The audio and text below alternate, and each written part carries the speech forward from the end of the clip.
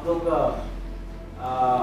इस समय कोरोना काल के बाद ऊपर वाले ने एक अवसर दिया है कि हम लोग फिर से नॉर्मल ज़िंदगी, बिना मास्क की ज़िंदगी दोबारा से हम लोग जी पा रहे हैं। ये ऊपर वाले का बहुत बड़ा आशीर्वाद है तरफ।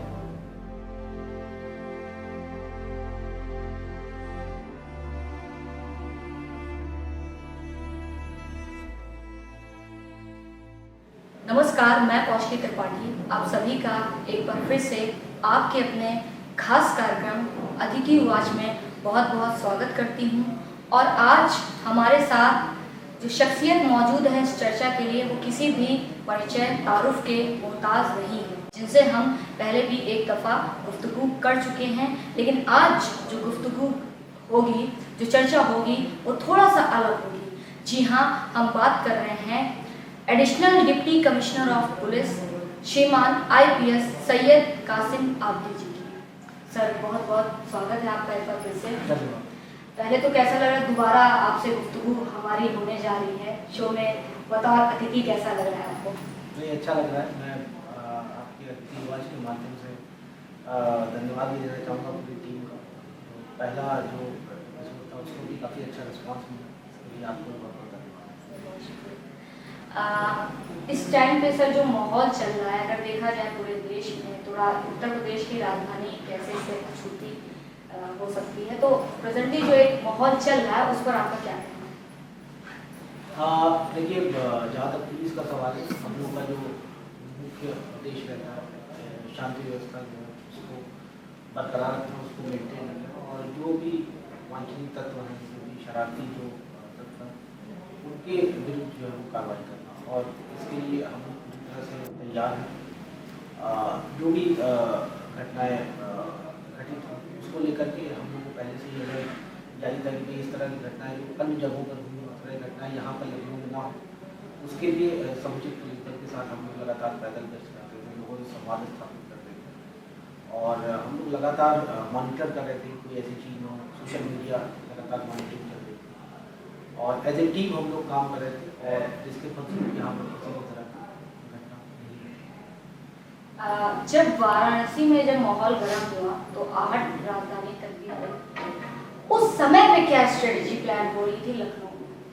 जैसा मैंने बताया कि हम लोग हमेशा से जो जवानी उच्च अधिकारी हैं उनके दिशा निर्देश में हम लोगों का शुरू से संवाद स्थापित करना ये हम लोग लिए इम्पॉर्टेंट है।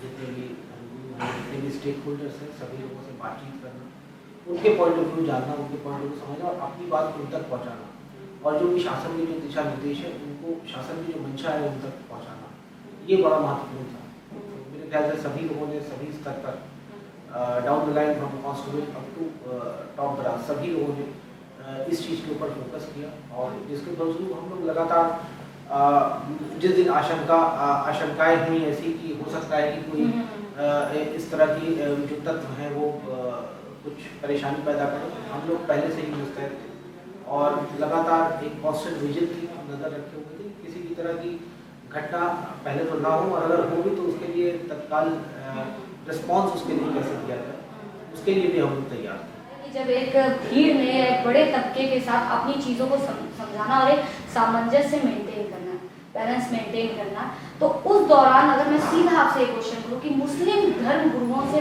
आपको, आपकी टीम को कैसा फीडबैक है? देखिए, ऐसा है कि संवाद कई प्रकार के होते हैं, और संवाद कब करना है ये भी बड़ा महत्वपूर्ण है। जब चीज़ें कंट्रोल में रहे उस समय संवाद करना वो मेरे ख्याल से ज़्यादा फायदेमंद रहता है। आप पहले से ही बात करके अगर पहले से ही लोगों को अगर समझाइए कि भाई इसके पीछे मंशा क्या है, मान लीजिए कोई पॉलिसी, कोई भी सरकार की डिसीजन है, कोई भी पॉलिसी है, उसको अगर पहले आप एक्शन लेते हैं और पहले आप लोगों तक पहुंचते हैं, हम लोगों को बताते हैं उसके बारे में, और एक कंस्ट्रक्टिव डायलॉग स्थापित करते हैं, तो मेरे ख्याल से किसी भी तरह का लॉ एंड ऑर्डर में आपका हमेशा अपर हैंड रहता है। तो हम लोग का यही प्रयास रहा है कि शुरू से यहाँ का जो इंटेलिजेंस है, यहाँ के वेलाइन सेक्टर वो भी काफ़ी मजबूत है, और हम लोग लगातार उनसे भी संपर्क रहते हैं। किसी तरह की यदि ऐसी कोई बात है तो चैनल ऑफ कम्युनिकेशन हमेशा जो है मेंटेन रहना चाहिए, चैनल ऑफ कम्युनिकेशन ब्रेक नहीं होना चाहिए। सर, आप लखनऊ में काफ़ी एक समय होता जा रहा है, तो अगर मैं आपसे क्वेश्चन करूं कि आपके ऊपर एक तो कानून व्यवस्था की बड़ी जिम्मेदारी है, तो आपको क्या लगता है उत्तर प्रदेश में खास करके राजधानी में जहाँ पे आप कार्यरत हैं, वहाँ पे किस तरह के अपराधों के जो रेशियो उसमें बढ़ोतरी हुई, मतलब कौन से अपराध ज़्यादा आपको लगता है कि इस दौरान इनके रेशियो जो है वो बढ़ते जा रहे हैं?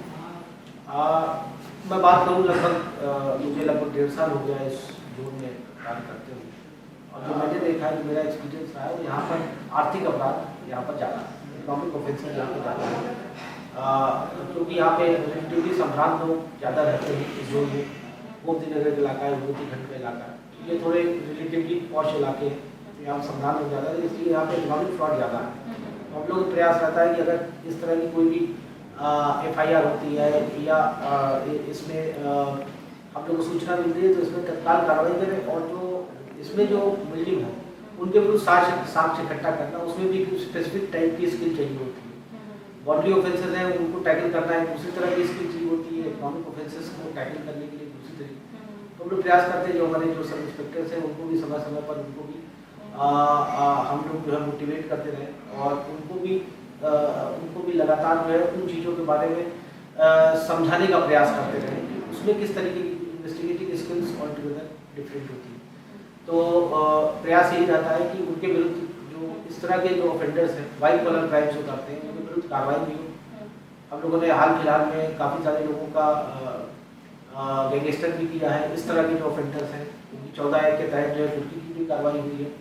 तो मतलब मैं यही कहूँगा कि इस तरह के ऑफेंडर्स जो हैं, जो वाइट कॉलर क्राइम करते हैं, इनको जो समाज में उपेक्षित करने के लिए इनके विरुद्ध इस तरह की कार्रवाई करना जरूरी है। इनको अगर आप इनको हल्की फुल्की कार्रवाई करके अगर जो है इनको छोड़ा जाता है, तो समाज में गलत मैसेज जाता है। और ये मेरे ख्याल से ये एक तरह का मैं ये कहूँगा कि बॉडी ऑफेंसेस से बड़ा हीनियस क्राइम है, क्योंकि बॉडी ऑफेंसेस आपने एक व्यक्ति को मान लीजिए थप्पड़ मार दिया या उसको जख्मी किया, लेकिन ये लोग होते हैं कई लोगों की ज़िंदगी के साथ खिलवाड़ करते हैं, कई लोगों की लाइफ बर्बाद हो जाती है, उनके बच्चों का फ्यूचर बर्बाद हो जाता है, उनकी फैमिली लाइफ तबाह हो जाती है, कई सारे लोग डिप्रेशन में आकर सुसाइड कर लेते हैं। तो एक बड़ा क्राइम होता है, और इसमें जितनी भी हम लोग प्रयास यही रहता है कि इस तरह के जो ऑफेंडर्स हैं उनको कठोर से कठोर सजा दिलाई। कि अब वक्त आ गया है कि एक बड़ा परिवर्तन हो भी रहा है और बड़े परिवर्तन आने भी चाहिए। एग्जैक्टली। सोशल मीडिया की पूर्व में बात हुई, तो आजकल तो हर जगह कोई ना कोई कंट्रोवर्सी चल रही है, और खास करके एक होता है कि धार्मिक उन्माद फैलाने वाले जो लोग हैं उस तरफ ज़्यादा सक्रिय हो रहे हैं, और ऐसे में एक बहुत बड़ी जिम्मेदारी होती है सोशल मीडिया पर नकेल कसना। इस दौरान सोशल मीडिया पर नकेल कसने के लिए आपके द्वारा, आपकी टीम के द्वारा क्या क्या स्टेप उठाए हैं?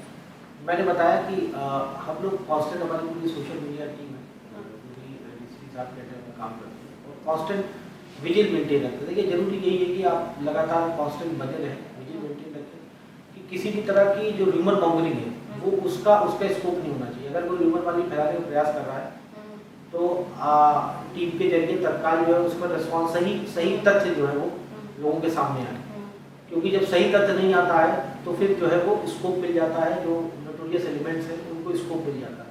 तो हम लोग प्रयास ये था कि अगर मान लीजिए कोई इस तरह की या कोई ऐसी भड़काऊ बात यदि करता है, तो उसके विरुद्ध जो वैधानिक कार्रवाई, लीगल एक्शन है वो भी लिए जाए।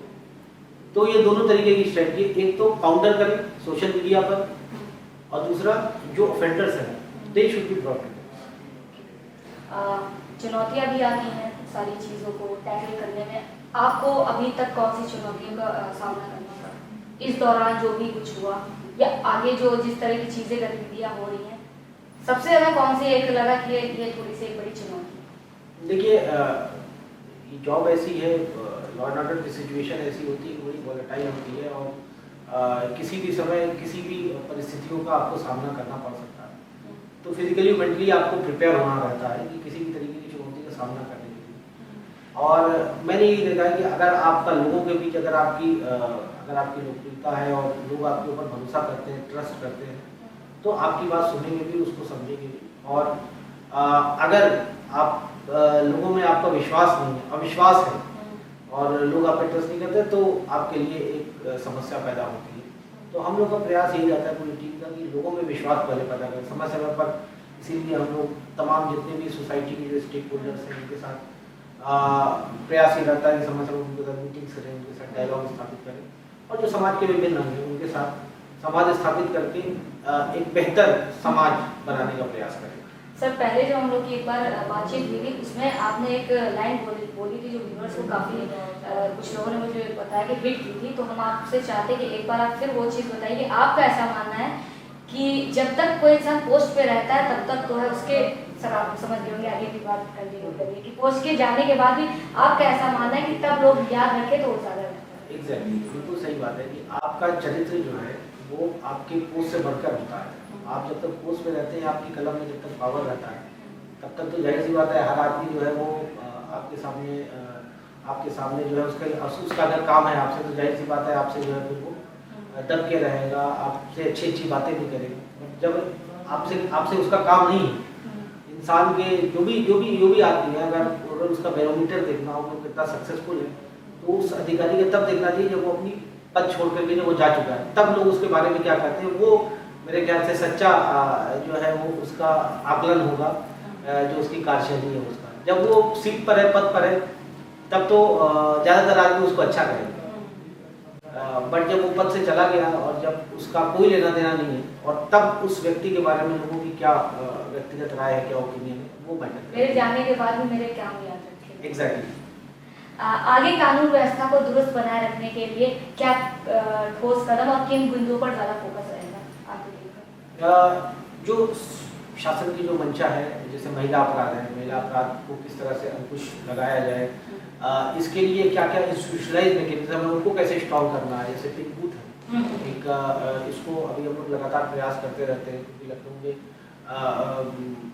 जैसे हम अपनी जोन की बात करें 24 पिंक बूथ है, इनको किस तरह से स्ट्रॉन्ग करें क्योंकि ये एक तरह से इंस्टीट्यूशनल मैकेनिज्म हम नहीं रहेंगे, इसके बाद भी ये चलते रहेंगे, तो इसको और किस तरह से स्ट्रॉन्ग करें। जो उसमें जो महिला कर्मी हमारी लगी हुई है, पुलिसकर्मी, उनको कैसे मोटिवेट करें, कैसे उनको मोटिवेट करके वो जनसंपर्क स्थापित करें। पिंक स्कूटी है, जो महिला हेल्पर्स बनी हुई है उसको किस तरह से स्ट्रॉन्ग करें। थाने पे जो कूड़ा करकट पड़ा रहता है, कंडम गाड़ियाँ पड़ी रहती है, उनको किस तरह निस्तारण करें। ये छोटी छोटी चीज़ें हैं बट ये ओवरऑल पुलिसिंग परफॉर्मेंस के ऊपर एक बड़ा प्रभाव डालती है, हमारी कार्यशैली के ऊपर प्रभाव डालती है। जो हमारे जवान बैरक्स में रह रहे हैं, उनकी कंडीशन में रह रहे हैं, उनको सुधार पाना, अगर किसी भी तरीके से उनकी ज़िंदगी के उन पहलुओं को अगर हम छू पाते हैं तो कहीं ना कहीं हम एक बेहतर पुलिसिंग हम इंश्योर कर पाएंगे। स्थानीय वासियों के लिए आपका क्या मैसेज होगा सर? तो इस चीज़ को एंजॉय करें, आप लखनऊ में है, स्वस्थ रहे, मुस्कुराते रहे। बाकी आपकी सारी समस्याओं को हम लोग हैं जो आप लोगों की समस्याओं का निवारण करने के लिए लखनऊ पुलिस आप लोगों की सेवा में सदैव तत्पर है। किसी भी तरह की समस्याओं का निवारण करने के लिए हम लोग सदैव तत्पर हैं। और मुस्कुराइए कि आप लखनऊ में। सर बहुत बहुत शुक्रिया आपसे बातचीत करने के लिए। धन्यवाद। आप देखते रहिए अतिथि उवाच कौशिकी के साथ।